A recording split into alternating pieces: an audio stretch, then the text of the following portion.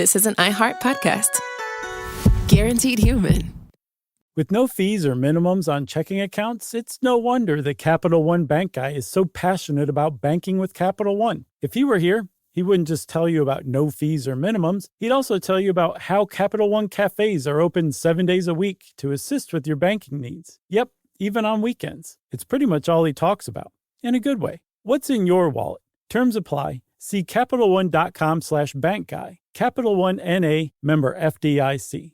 Work can be a little weird. Cringy training seminars, coworkers who won't stop talking about their plant, forgetting the mute button at an inopportune moment. We have to deal with a lot on any given workday. Sometimes it can feel hard to thrive and move forward in your career. Well, that's where LinkedIn comes in. LinkedIn helps you get ideas and insights from experts in your field, connect with people professionally, grow your network, and access tools designed to help you find the right fit for your next role. Whether you're just getting started, figuring out your next move, or looking to accelerate your career, LinkedIn is built to support you at every stage because LinkedIn is the network that works for you. Visit linkedin.com/knowstuff to learn more. Boo-boo-boo-boo-doo. Boo-boo-boo-boo-boo-boo-boo-doo. We're coming to a land down under. Oh, I get it. Chuck, we're going to Australia. And New Zealand. And New Zealand, that's right. Oh, man. Like, we are really excited. This has been years in the making. Mm-hmm. We're finally pulling the trigger. Mm-hmm. In September, we are doing shows on September 1st at the Astor Theatre in Perth. Sunday, September 2nd. Yeah. At ICC in Brisbane. Which, heads up down there to you guys, that's spring for you, not fall. All right, where else? September 3rd, Monday at Goldfields Theatre in Melbourne. Sure. We're really getting around. Thursday, the 6th of September at the Enmore Theatre in Sydney. Yep. And then, man, we are going to wrap it up Friday, September 7th at the Bruce Mason Theatre in Auckland, New Zealand. I cannot wait for that one. Yep. You can go to sysklive.com to get info and to buy tickets, which are on sale April 17th. We will see you in September, Australia and New Zealand. Welcome to Stuff You Should Know from HowStuffWorks.com.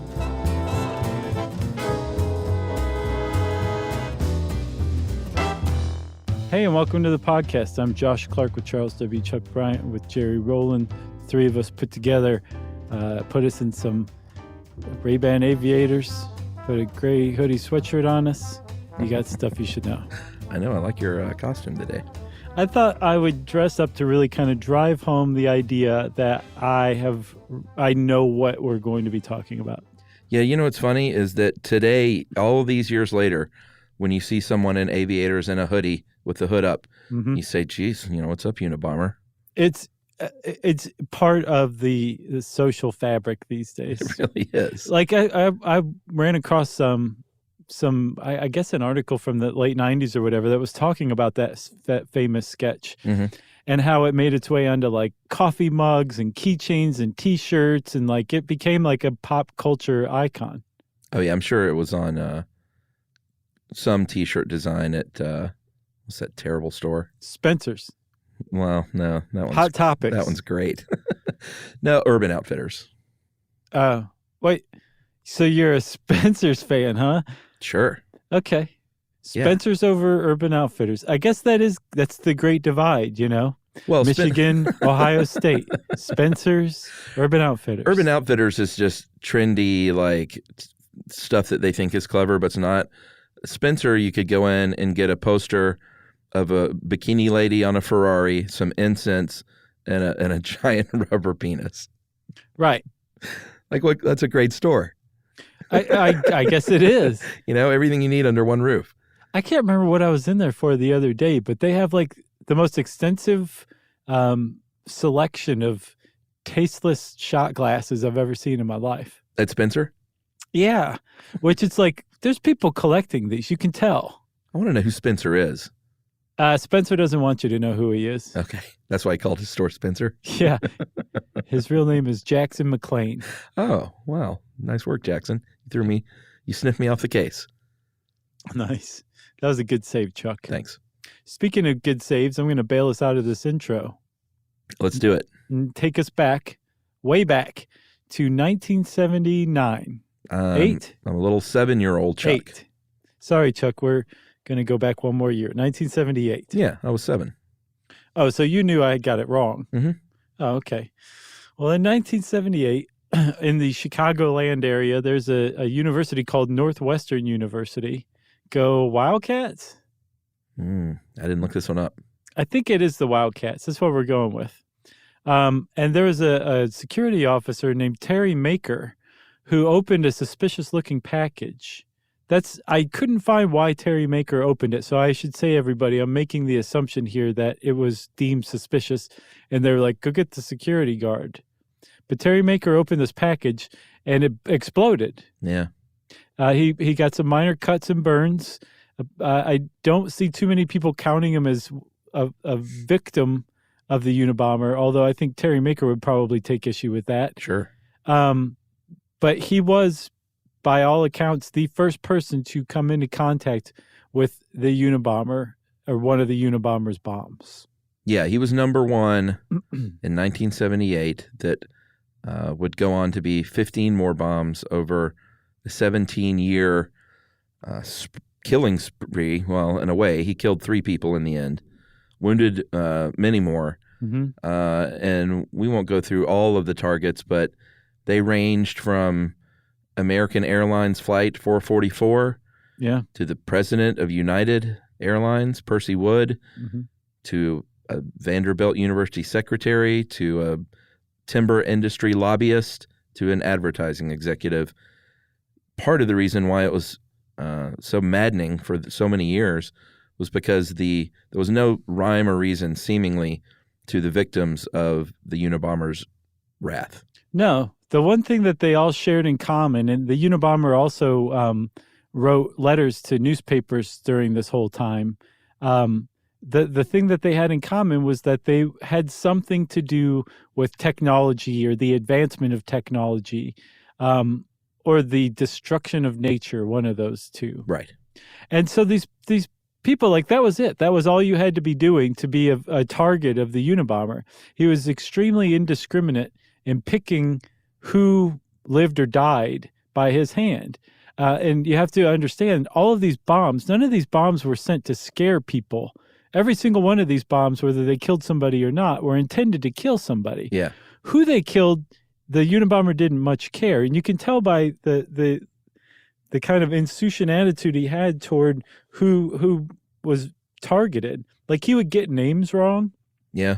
His last victim, a guy named Gilbert Brent Murray, he was a timber industry lobbyist. He opened the package because he was the president of the timber industry lobby, even though the package was addressed to his predecessor. The reason it was addressed to his predecessor was because the Unabomber had picked the name out of a directory, and it was an out-of-date directory. So this guy died as a result of the bomb, you know? That's a very Unabomber thing to do. It really was. And I think the Unabomber, if you talk to the Unabomber today, which you could, apparently he's very easy to get in touch with and become a pen pal of, he would tell you, totally fine. Like, I don't care who died. Like, the head of this timber lobby died. That was ultimately what I was going for. So he was killing people who were associated with an idea, a cause, and the cause that he was opposed to was the destruction of nature and the advancement of technology. Right. So we're talking obviously about Ted Kaczynski. It was the man's real name. And early on in 1979, right after these attacks started happening, the Postal Service, the ATF, and the FBI got together, formed a task force, and that's where they came up with the name. Unabomb, UNABOM, stood for University Airline Bombings, because those were the first bombs that were sent. And I guess the name of the case was by the FBI, but the name Unabomber was made up by the media covering it, right? Yeah, that's usually the case. Yeah. In the end, it would become the longest running at the time. I don't know if it's been outdone yet, but longest running and most expensive FBI investigation in history. Wow. Eventually had 150 full-time employees on the case, which is amazing. And he was tough to get, and he had no forensic evidence left behind. He was very careful. He used bombs that were made out of materials that were easy to find. You couldn't track them. He made all of them by hand, painstakingly? Yeah, made them all by hand. Like we said, the victims were chosen seemingly at random. And had it not been for his manifesto, they may still be on the lookout for this guy. Yeah, and even still, the way that they were able to connect these things was because during this 17-year campaign, he would write letters to the editors of newspapers around the country, claiming responsibility for these crimes. And then I think half of the bombs had the inscription FC on parts that were recovered. And FC stood for Freedom Club, because the Unabomber didn't call himself the Unabomber. Again, that was the media. All of these things, including the manifesto, was signed the Freedom Club. A club of one. Right. But he always wrote about we whenever he was referring to himself. Yes. So the whole thing came to a head in 1996 when Ted Kaczynski was arrested in his cabin in Lincoln, Montana. He was known to his neighbors as the Hermit on the Hill, and he'd lived there for years and years and years, I think since the early 70s, I believe. Yeah, I mean, it was a little primitive cabin, off-grid. Inside, they found about 40,000 pages worth of journals describing all his crimes. They found bomb parts. They found a bomb ready to be mailed. And they knew they had their guy, thanks to his brother, David, turning him in, essentially, after reading this manifesto. He was eventually arraigned in Sacramento, which is where the final murder took place. And he was sent to jail. Initially said, no, I don't want to plead insanity. That's a big point. Yeah, because I don't think he would have admitted something like that. But he tried to kill himself in early 1998 in his jail cell. That triggered a psychiatric evaluation, and he was diagnosed with paranoid schizophrenia, which triggered a plea bargain that basically said you can avoid the death penalty now if you take this plea bargain. He did, and in January of 1998, he pleaded guilty, accepted the 8 life sentences with no parole, and is now living with quite a few other famous bombers at the Florence, Colorado Alcatraz of the Rockies, the ADX there. Right. Which that place in and of itself is crazy. I looked into it. Yeah, I feel like it's come up in plenty of other episodes before because it certainly sounds familiar. Yeah. So I was looking into, there's this fascinating article called Harvard and the Making of the Unabomber by a guy named Alston Chase, who I think wrote a book on it. But in this article... it was so good. You read it too? Oh, yeah. So he really kind of lays out a pretty great case based on evidence that he compiled from interviews and things like that, that it's definitely not a slam dunk diagnosis that the Unabomber has schizophrenia. And he also, I don't know if he says it outright, but he at the very least intimates that it was Ted Kaczynski's brother David and his legal team that created the public persona of the Unabomber as a person with schizophrenia, to keep him from getting the death penalty. This is much, much, much to the chagrin of the Unabomber, Ted Kaczynski, who eventually did cop to this plea bargain because it became clear to him that if he went to trial, his defense team was going to put in an insanity defense whether he liked it or not. Yeah. And he was denied the ability to represent himself. So he was presented with a choice. Either go to trial, plead insanity, maybe get a lesser defense. But in the meantime, his manifesto would be painted as the ramblings of a madman because he would be deemed insane, or plead guilty and not insane, defend his sanity, and then in his hopes, also by extension, defend his manifesto and the ideas in it. Yeah, so he is still in prison in Colorado. Apparently, like you said, he's got a lot of pen pals because he lived in a tiny little primitive cabin for so many years. By all accounts, he has adapted pretty well to prison life. Being in a small room is no big deal to him. Apparently not. And you can actually go to and I'm going to totally check this out. I don't know if I can do it on this upcoming tour, but you can go see that original cabin at the museum in Washington, D.C. And I've looked up pictures, and it's kind of all right there, which is pretty interesting. Yeah, the whole thing is just right there in the museum. Yeah, so he was a brilliant guy. Like you said, he went to Harvard. He was a National Merit finalist. He was a math prodigy, started Harvard at 16, had an IQ or has an IQ of 167, and was just a is just a brilliant, brilliant guy. And I think we should take a break. All right, I'm getting a tingle. And we'll come back and we'll talk. Well, I guess we should talk about the manifesto. Let's. All right, ready for this.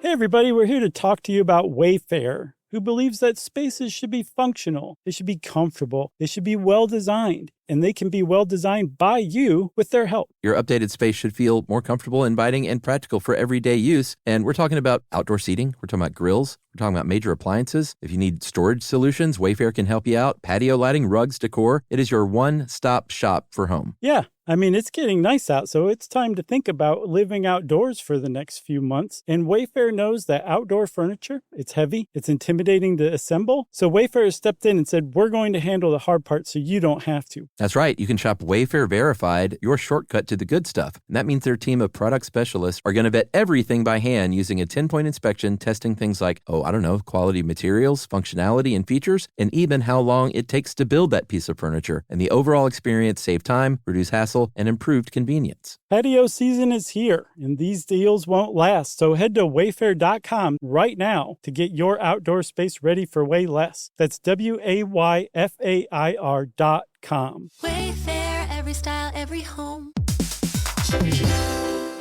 Hey everybody, I want to talk to you a little bit about Tide Evo because it represents over 10 years of innovation and product development. Tide Evo is a first-of-its-kind technology where tens of thousands of minuscule fibers are spun together to form a 6 times powerful layer packed with scrubbers, brighteners, pre-treaters, and fresheners. And that's going to deliver a breakthrough clean that's so powerful it feels like magic. Yeah, it is kind of like magic. Tide Evo is revolutionary. A 100% concentrated, waterless laundry tile that's made of compressed microfiber soap layers rather than liquid or powder. And it's not like pods or sheets because it uses 6 layers of detergent fibers to deliver superior cold water cleaning without plastic packaging of any kind. And it provides a mess-free, lightweight solution that dissolves lickety-split. So whenever you run into a laundry challenge, turn to Tide Evo. It's revolutionary, it's magic. Try new Tide Evo. Real laundry magic.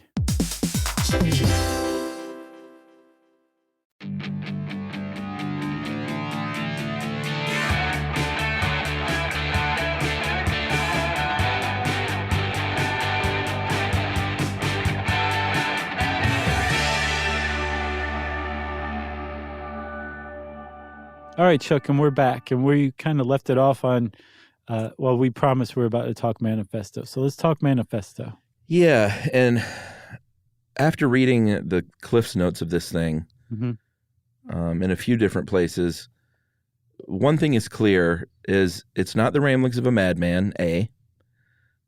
B, he has, and I hate saying this, but he has a lot of very salient points about where society is headed due to technology. Or where it was headed back in the 90s, where it fully is now. Yeah, very much ahead of his time thinking-wise. The way he went about correcting this was not was abhorrent, obviously. Mm-hmm. But when you read parts of this thing, the Industrial Revolution and its consequences, like here, let me pull this one, for instance. Okay. Here's one pull quote. Once a technical innovation has been introduced, people usually become dependent on it so that they can never again do without it unless it is replaced by some still more advanced innovation. Not only do people become dependent as individuals on a new item of technology, but even more, the system as a whole becomes dependent on it. Does that sound like anything that everyone carries in their pocket every day? Exactly. And he also points out that like the way that this happens, this dependence on technology, it comes about because new technologies seem good and helpful and useful, and then we eventually adapt ourselves to fit them better. We change our behavior, we change the way we see things, we change the way we think and interact with stuff to fit the technology. And his whole idea was that is the inevitable outcome from the Industrial Revolution, and that ever since the Industrial Revolution, our society has been in a stranglehold at the service of technology and the people who serve technology, and society has been restructured and reshuffled to the detriment of the individual human, to local communities as a whole, and that the only way that this is so ingrained now in our world, the only way to stop this is to violently overthrow the current system. And he has a very laissez-faire attitude about what comes after. He said that we have no illusions about the feasibility of creating a new ideal form of society. Our goal only is to destroy the existing form of society. And that was it. And that was the whole reason for his campaign, was to be one of the provocateurs of this revolution that upended technological society. Yeah, here's another summation of another part of the manifesto about the social infrastructure that he says is dedicated to modifying our own behaviors. This infrastructure includes an array of government agencies with ever-expanding police powers, an out-of-control regulatory system that encourages the limitless multiplication of laws, an education establishment that stresses conformism, ubiquitous television networks whose fare is essentially an electronic form of Valium, and a medical and psychological establishment that promotes the indiscriminate use of mind-altering drugs. So, again, I don't want this to come across that I look up to this guy in any way. Right. But when you read some of the stuff, you think, man, if this guy had only reined it in, he could have done good. Yeah, I can't remember what the turning point was, but there was some potential path that he was on where he could have done this peacefully, and he pulled back and went a violent way. And I think quite rightly that if he were not locked up for the rest of his life, he would keep sending bombs out. He would not stop. No, because he's not a moral agent. He is a rational agent, and he sees this as a rational end to his means, which is taking out people who may or may not be in a position to advance technological society. Well, yeah, and that's where the delineation occurs, where he's such a smart person, but that's such a dumb, there's blowing someone up is not gonna halt any innovations or change the course of where we're headed as a society. Right. It was just, to call it misguided is the understatement of the year. So, and forgive me for armchair psychologizing here, but now you start to get into the idea of whether or not he was fulfilling or indulging his own desire to kill. Well, you never know. Because if he is thinking about things like this, and he is such a rational person, surely there would have been other ways to do this that were either more productive or, on the other hand, more destructive, right? Like sending a bomb that might take out 1 or 2 or 3 people is not, and by making these bombs painstakingly by hand over the course of months and probably years sometimes, that's not a very productive way of achieving this goal. So it makes you wonder, did this guy just want to kill people? And that coupled with this view of technological society to form what we know as the Unabomber. Well, I think that was probably the case, is he was angry at where things were headed and he wanted to take it out on somebody. Yeah, but again, I want to go back to this idea that he is schizophrenic. Right. There is that is not necessarily the case. He was given a temporary or provisional or conditional schizophrenic or diagnosis of schizophrenia by a court-ordered psychiatrist, forensic psychiatrist. And that was it. I don't believe she ever went back and made an official diagnosis. Other people in the media, other psychiatrists, were basically diagnosing him from afar. Some psychiatrists met with him, but they didn't officially examine him. So basically, just based on his actions in his manifesto and what was contained within, he was largely given this diagnosis of schizophrenia. And I couldn't find anything that said that he's being treated for schizophrenia now. Yeah. Which is kind of a big deal, because it's a twofold big deal. One, it says it dismisses him as just a complete madman who's delusional. But it also does a tremendous disservice to people with schizophrenia, because it says this is what people with schizophrenia do. Yeah. They send bombs to people. They go and live in Montana alone for 30 years and send bombs to people the whole time. Yeah. So That's a good point. doing that same armchair psychologizing that I was doing is it's worse if you're an actual psychiatrist, you know? Yeah. All right. Well, I think we should talk a little bit about how this manifesto came to be in public view, because it's a super interesting sub-story in itself. The great article from the Washington Post where I got most of this part, but they make the point in this article, it's super interesting to me, that the time that this happened in the mid to late 90s, it was a transitionary time in technology in and of itself, in that the internet was around, but it wasn't ubiquitous, and it's not where everyone went for everything, including news. So the fact that this publishing of the manifesto in the Washington Post, which we'll talk about in a second, it says here it was perhaps the last newsworthy document to appear only in print. Right. And it's very ironic, considering what he was railing against was that it was before everyone was getting their news from the internet. So the fact that they actually, it was an era that was being forgotten, the newspaper print in print, and that's how he got his message out finally, by sending packages containing this manifesto to the New York Times and the Washington Post in June of 1995.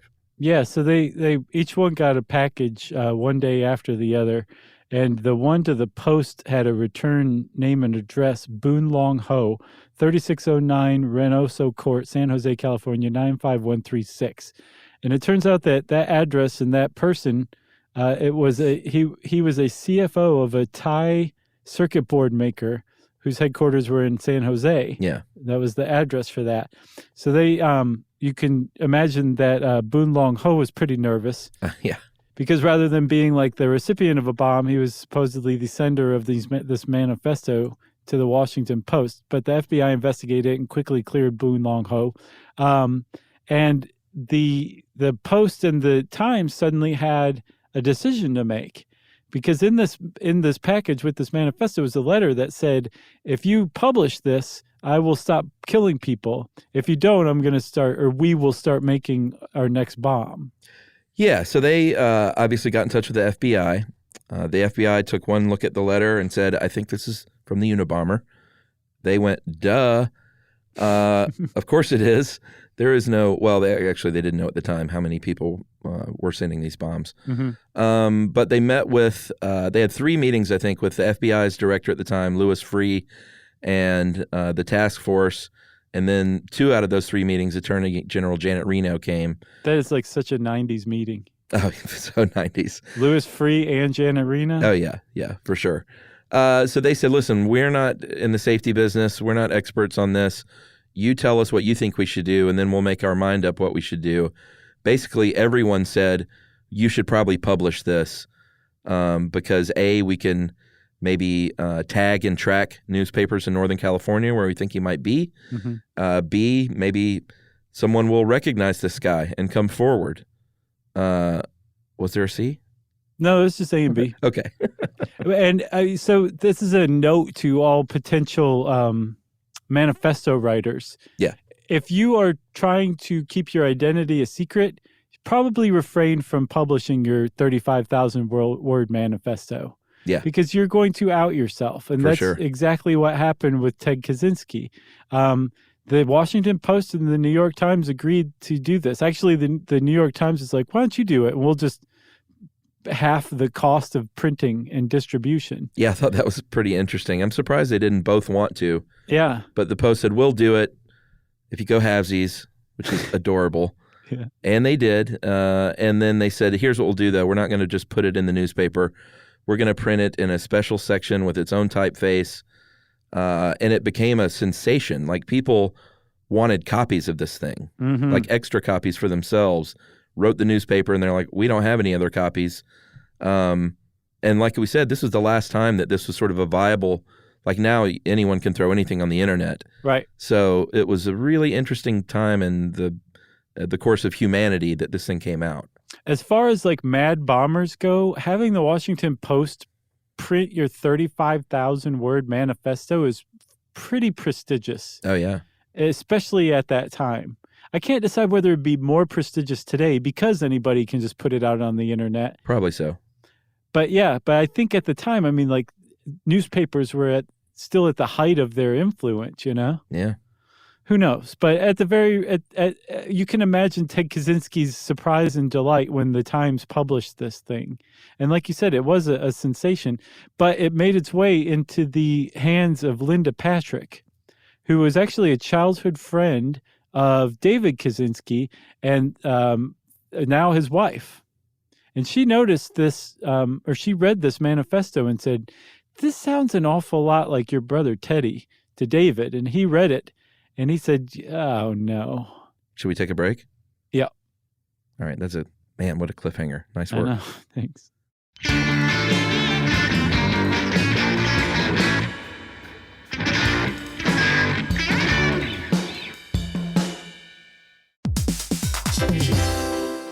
Hey, everybody. I want to talk to you a little bit about Tide Evo because it represents over 10 years of innovation and product development. Tide Evo is a first-of-its-kind technology where tens of thousands of minuscule fibers are spun together to form a 6 times powerful layer packed with scrubbers, brighteners, pre-treaters, and fresheners. And that's going to deliver a breakthrough clean that's so powerful, it feels like magic. Yeah, it is kind of like magic. Tide Evo is revolutionary. A 100% concentrated, waterless laundry tile that's made of compressed microfiber soap layers rather than liquid or powder. And it's not like pods or sheets because it uses 6 layers of detergent fibers to deliver superior cold water cleaning without plastic packaging of any kind. And it provides a mess-free, lightweight solution that dissolves lickety-split. So whenever you run into a laundry challenge, turn to Tide Evo. It's revolutionary. It's magic. Try new Tide Evo. Real laundry magic.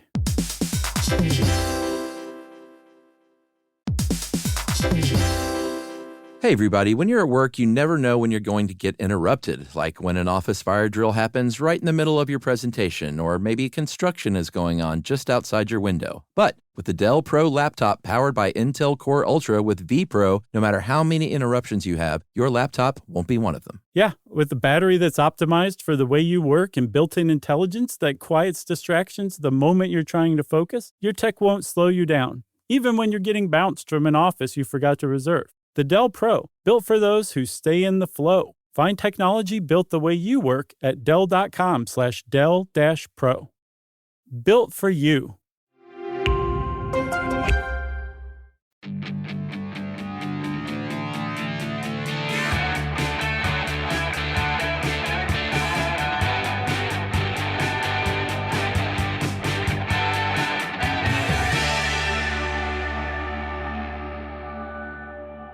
All right. Good cliffhanger. Thank you. I feel like we're dangling by our fingernails. So where we left off was Linda Patrick, wife of, sister-in-law of the Unabomber, Mm-hmm. wife of David, who was the younger brother, said, "Take a look at this."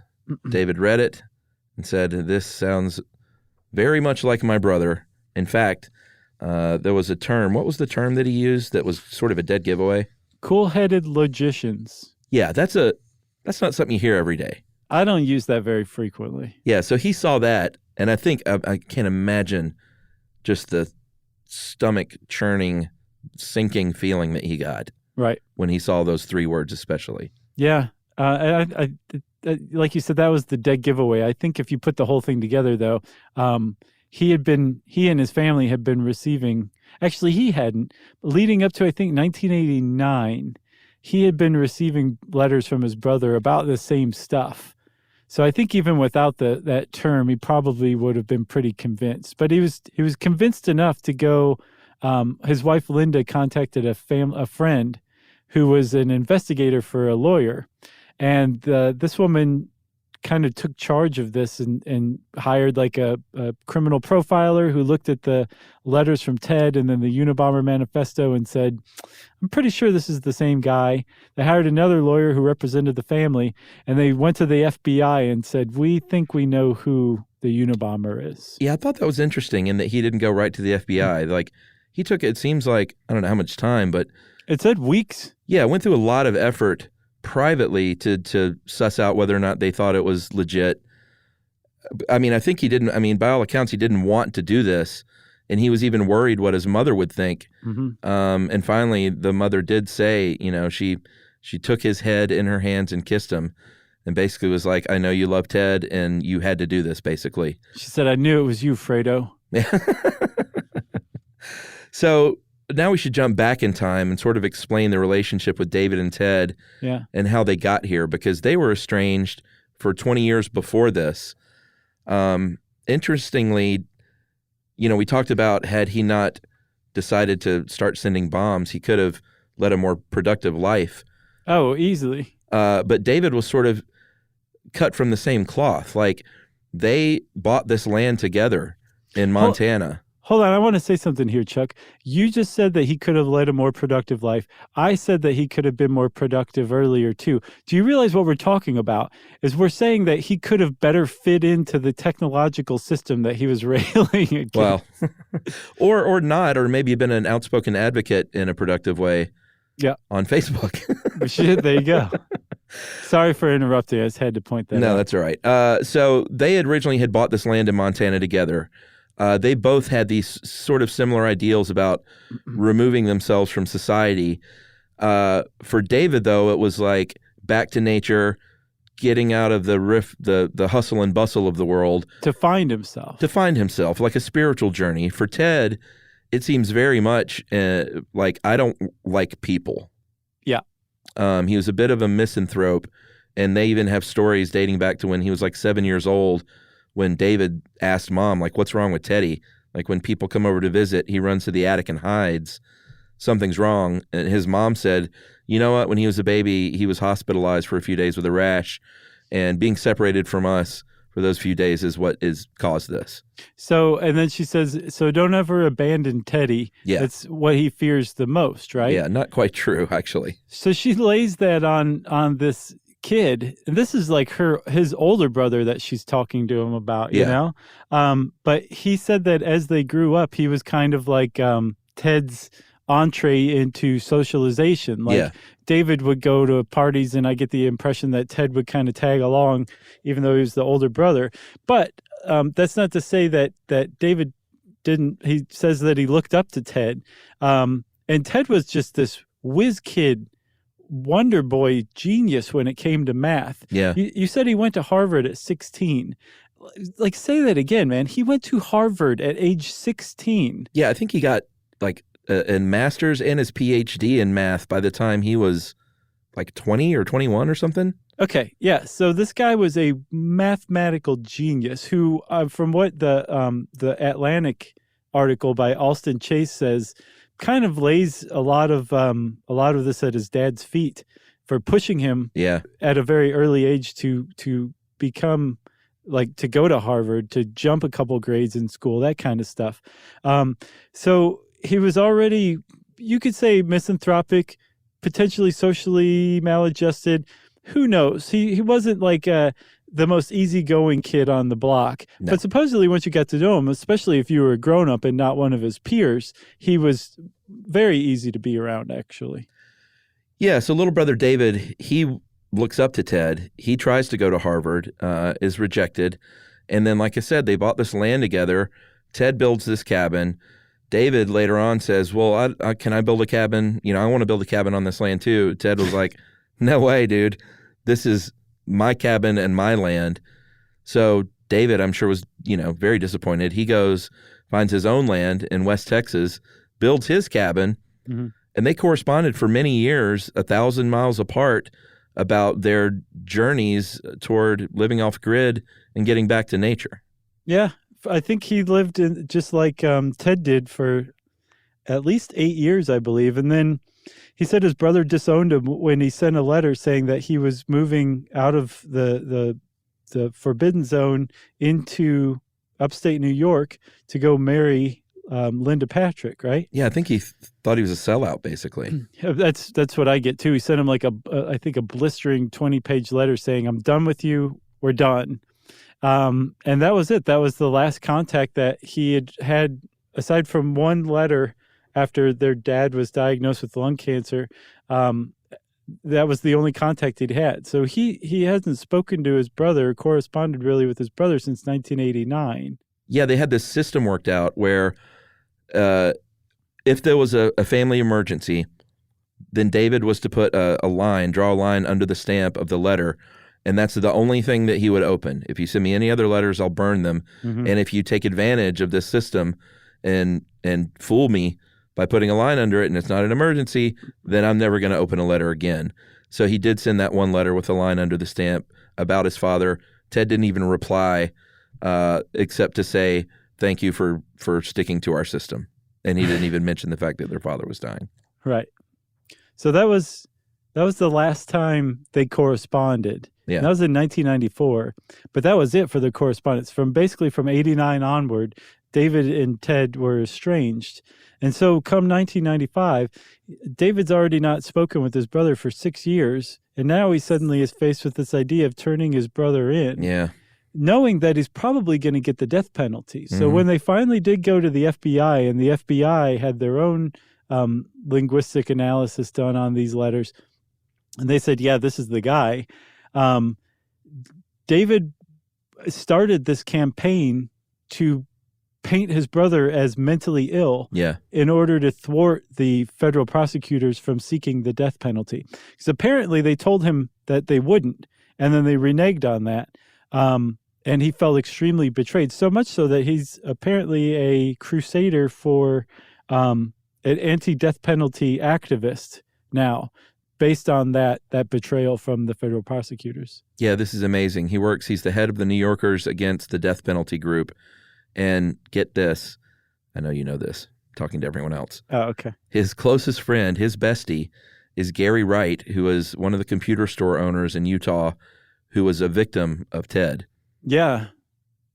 They became good friends. Yeah, best he had friends. 200 pieces of shrapnel lodged in his body from one of Ted's bombs, and now he and David Kaczynski are best buds. And also from that same bomb, that was 1987, one of, is it Gary Wright? Gary U.S. Bonds? No, Gary Wright? Yeah, I think Okay, so. Gary Wright's employee is the woman who saw the Unabomber and gave that description to the sketch artist. Wow. I know, that was a turning point in a bunch of people's lives right there. Yeah, that sketch didn't even look like him really, though. I've seen people be like, gosh, it's the spitting image of him. It's like, no, once you have oversized aviators on, it doesn't look like anybody. Yeah. So David turns in his brother. Ted Kaczynski's arrested on April 3rd, 1996. He pleads guilty in 1998, and he's been serving his 8 consecutive life sentences ever since. And recently there was a big furor, I think in 2012 or 13, when 2012, I guess, because it would have been his 50th class reunion. Yeah. Harvard, the people running his class in publishing the class directory, reached out to him like they did everybody else in the class. That's crazy. And sent him a form to fill out. And he filled it out and sent it back in, and they published it. Yeah, he said his job was prisoner, and that he listed his, 8 life sentences as awards. Yeah, and gave his address at the Florence, Colorado Supermax facility. And it was a huge embarrassment for Harvard because they were not paying attention, and a bit of a scandal, too. I think Ted Kaczynski probably thought it was hilarious. Yeah, should we finish with a little denouement about this weird Harvard experiment? Only if you say denouement again. All right, so going back in time once again to fall of 59 through spring of 1962, there was an experiment at Harvard University led by psychologist Henry Murray.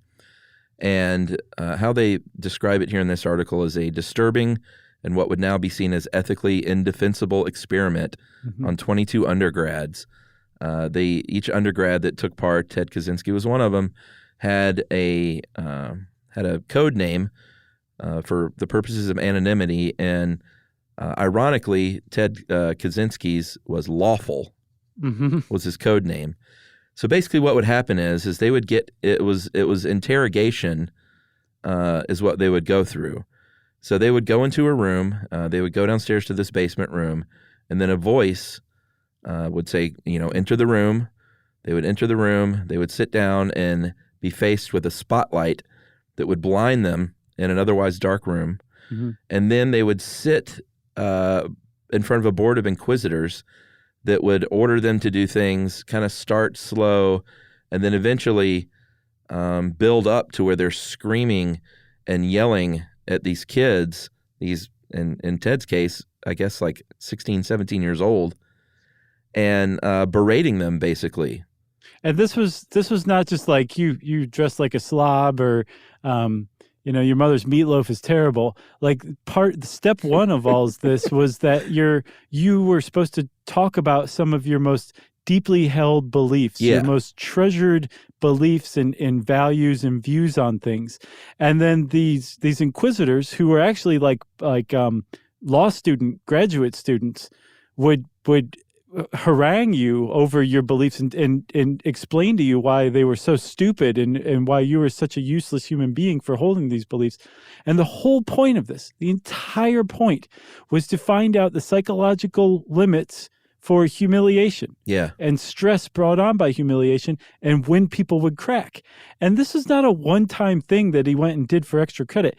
This was carried out over 3 years. Yeah. Again, the kid's 16 at the time. He's already socially awkward. He's already isolated from his peers just by the virtue of his intelligence, let alone his personal choices at being isolated from everybody. And he's being harangued by like these people about his most deeply held beliefs. As Brother David said in another article, he doesn't believe that had anything to do with creating the Unabomber.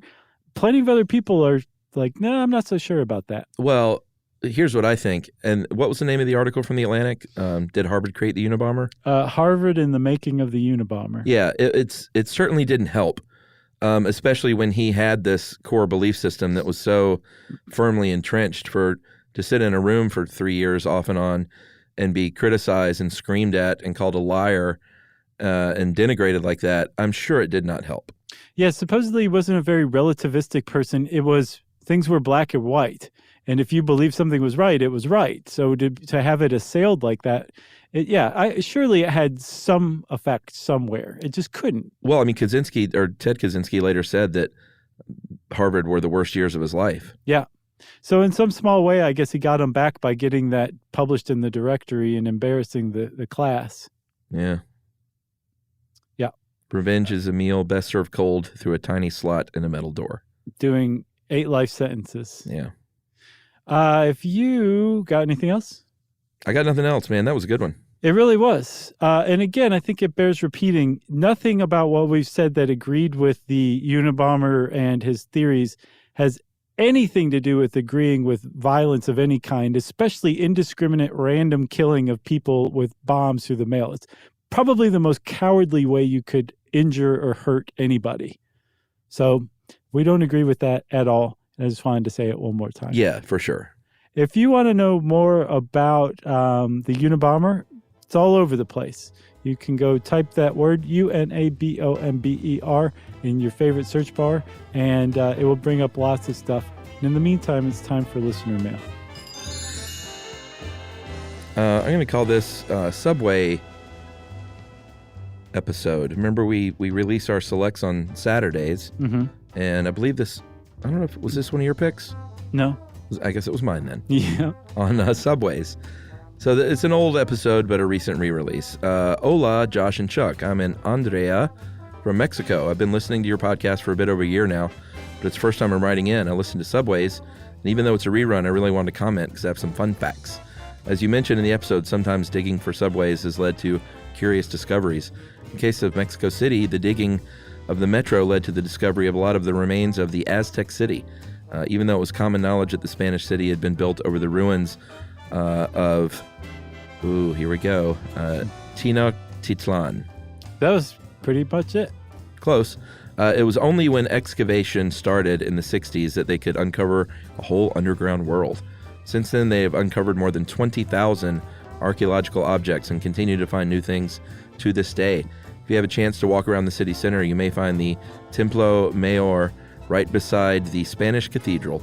Who else can say their everyday commute includes walking by the altar of Ehecatl, nice, god of wind? Anyway, I think these are very interesting fun facts that I wanted to share with you and the fellow listeners. Maybe one day you can do a How Mexico City Works episode. The history of the city is super interesting. I think it's amazing. You can literally see the layers of time in the city today. And she attaches some pictures. And this is Andrea Gonzalez. And man, we should do a show in Mexico City. Sure, man. I bet you we could get 1,000 people We'll find out. into a room. I know we haven't delved outside of English-speaking countries before, but I bet you of all the cities, we could probably do so in Mexico City. Yeah, if Morrissey does good in Mexico City, I'm sure we could too. That's kind of, we try and model our career after Maz. Did you see that picture she sent? Yeah. Of the altar of the wind god? I'm like, humans were sacrificed on that. Yeah. That's insane that you just walk past that on your way to the subway every day. I know. It's pretty interesting. Well, if you want to tell us about your interesting commute, we always want to hear stuff like that. You can tweet to us at SYSK Podcast or at Josh Clark. You can hang out with Chuck on Facebook at Charles W. Chuck Bryant or at Stuff You Should Know, the Facebook page. You can send us an email to stuffpodcast@howstuffworks.com. And as always, join us at our home on the web, stuffyoushouldknow.com. For more on this and thousands of other topics, visit howstuffworks.com.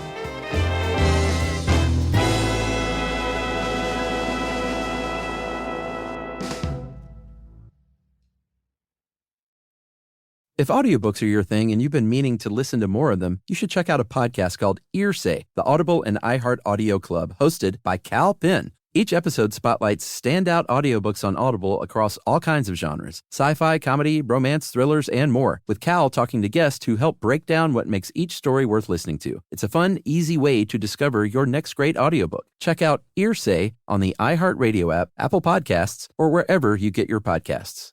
Introducing the all-new Mazda CX-5, featuring more connection. Hey Google, where's the nearest Pilates class? Safety that has your back. More discovery on the scenic routes. More passion in the details. And more control in changing weather. The all-new Mazda CX-5. More to move every side of you. See it in 5 films at MazdaUSA.com/5sides. Google is a trademark of Google LLC. Sequences shortened and simulated. This is an iHeart podcast. Guaranteed human.